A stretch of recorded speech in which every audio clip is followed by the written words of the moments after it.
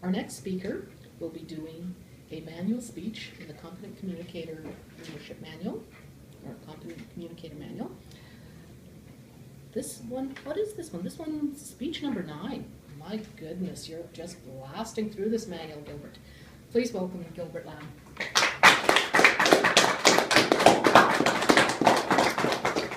Thank you, Madam Toastmasters, fellow Toastmasters, most welcome guests.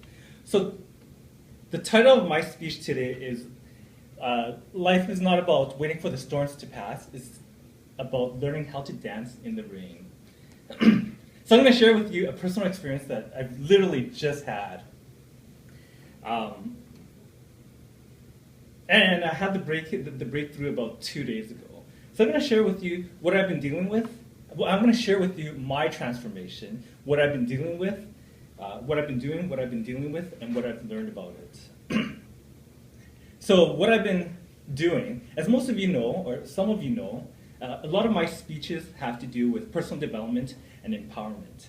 And it's no coincidence, because the last 3 years I've been heavily involved in a lot of personal development to not only expand myself as who I am, but my leadership skills as well too. So I've been actively partaking in this education called Landmark Education, and right now I'm in a program called the Introduction Leaders Program. So let me tell you about the Introduction Leaders Program. It's a program to help participants mold them into bold leaders who are powerful and unstoppable, who are a remarkable contribution to others, who are fully self-expressed in sharing themselves and what's important to them, and last but not least, who are individuals who's able to make things happen that weren't going to happen anyways.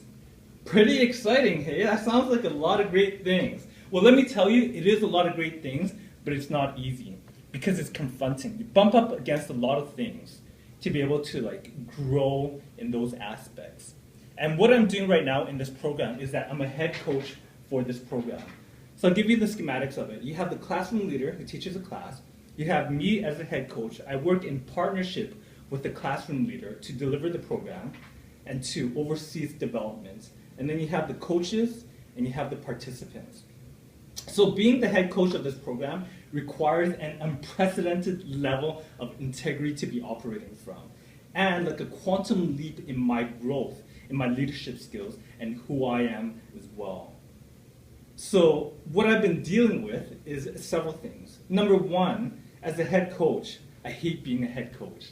Okay, I don't have the experience of winning. When I was a regular coach last year, I loved it. I was completely lit up. I was making a difference for my participants, and I was kicking ass in life.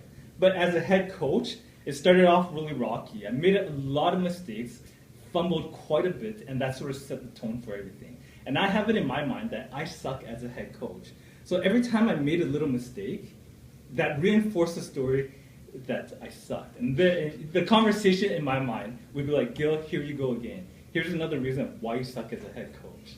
And I couldn't shake it. So just think about this. Like for the last 6 months, it's a 7-month, intensive 7-month program. For the last 6 months, that's what I've been dealing with. I've also been pretending that I knew it all. I thought as a head coach, I need to be someone who knows it all, and I can't demonstrate any vulnerability. So as a result of that, I've been having to do a lot of things myself, and I've been afraid to really speak the truth and ask for help.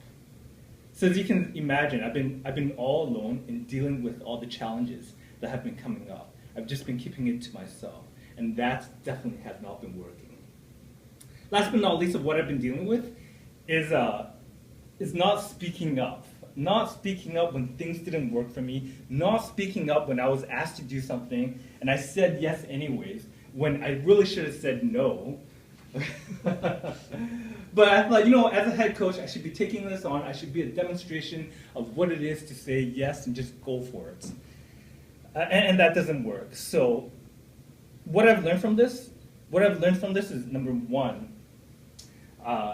being the head coach and making it wrong, okay, allows me to, actually let me put it to you this way. When I keep morality in it, morality being right and wrong, okay, I can only see what's wrong, what I'm doing wrong.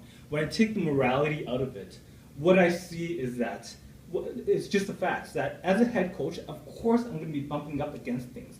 I've never done this before. My skills aren't at that level, but that's why I'm in this program, to take me up to that level. And if I wasn't bumping up against things, I wouldn't be learning anything about myself. And also is that when I keep morality in it, when I make it wrong, okay, said in another way, I'm resisting it. And whatever you resist will persist. And that's all that you're ever going to see. Because quite frankly, the program that we're in right now, we're the #1 program in the Northwest. And because I was focusing on what was wrong, I couldn't see that. And I couldn't really take in the acknowledgement that, you know what, we're kicking ass in this program. Number 2, in terms of vulnerability, like what I learned from that too is there's actually a lot of power in actually telling the truth and letting people know, you know what, I screwed up, I don't know how to do this, can you help me? Okay, because the opposite, what I was doing is trying to figure everything out myself, and I just can't do that because I've never done it before. But I didn't have the courage to demonstrate that vulnerability and just ask for help. And what I also became present to is that great leaders show that they are vulnerable and are not afraid to ask for help, because it achieves 2 things. One, it gets a different perspective from everybody else, and number 2, it allows you to relate to people more. Because as a leader, people need to be able to relate to you so that you can really inspire them and get them into action. If they can't relate to you, if you try and pretend that you're all perfect and everything, you know, people are just gonna shut down. Last but not least, what I also learned is this is the most important lesson, is to speak up. To speak up when things don't work for you. When the impact of me not speaking up is that I actually experienced myself as a smaller person. When things didn't work for me, I didn't say anything, and I lost power that way. I lost confidence. And every time the opportunity came up and I didn't speak up, I could feel myself getting smaller and smaller as a person. So when I had the breakthrough of speaking up, everything just came out all at once. And what that looked like was that I actually got mad. I unloaded everything all on 1 or 2 individuals, which I apologized to them later on. Because what I realized is that it's so important for you to speak up. When you speak up, you actually have a say in how your life goes. You're not just at the effect of it. So I want to leave you guys with this, is that when life throws challenges at your way, throws lemons at your way, it's actually a blessing. Because those challenges show you where you are weak so that you can actually grow in those areas and become a stronger and better leader. And last but not least is that, you know, life's not about waiting for the storms to pass. It's learning about how to dance in the rain, because everything that you want in life is available to you over on the other side. Thank you very much.